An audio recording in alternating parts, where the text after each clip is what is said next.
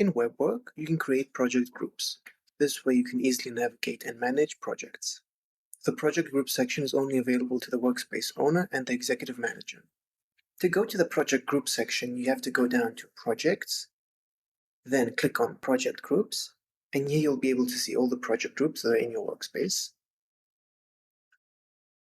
To create a new project group, you can go and click on Create New Group, and over here you'll be able to change the name of the project group as well as drag and drop any project from the right side. For example, I'll change the name to Test. And I'll drag and drop some projects. As you can see, I have grouped these projects together. This way, it's easier to navigate and manage these projects.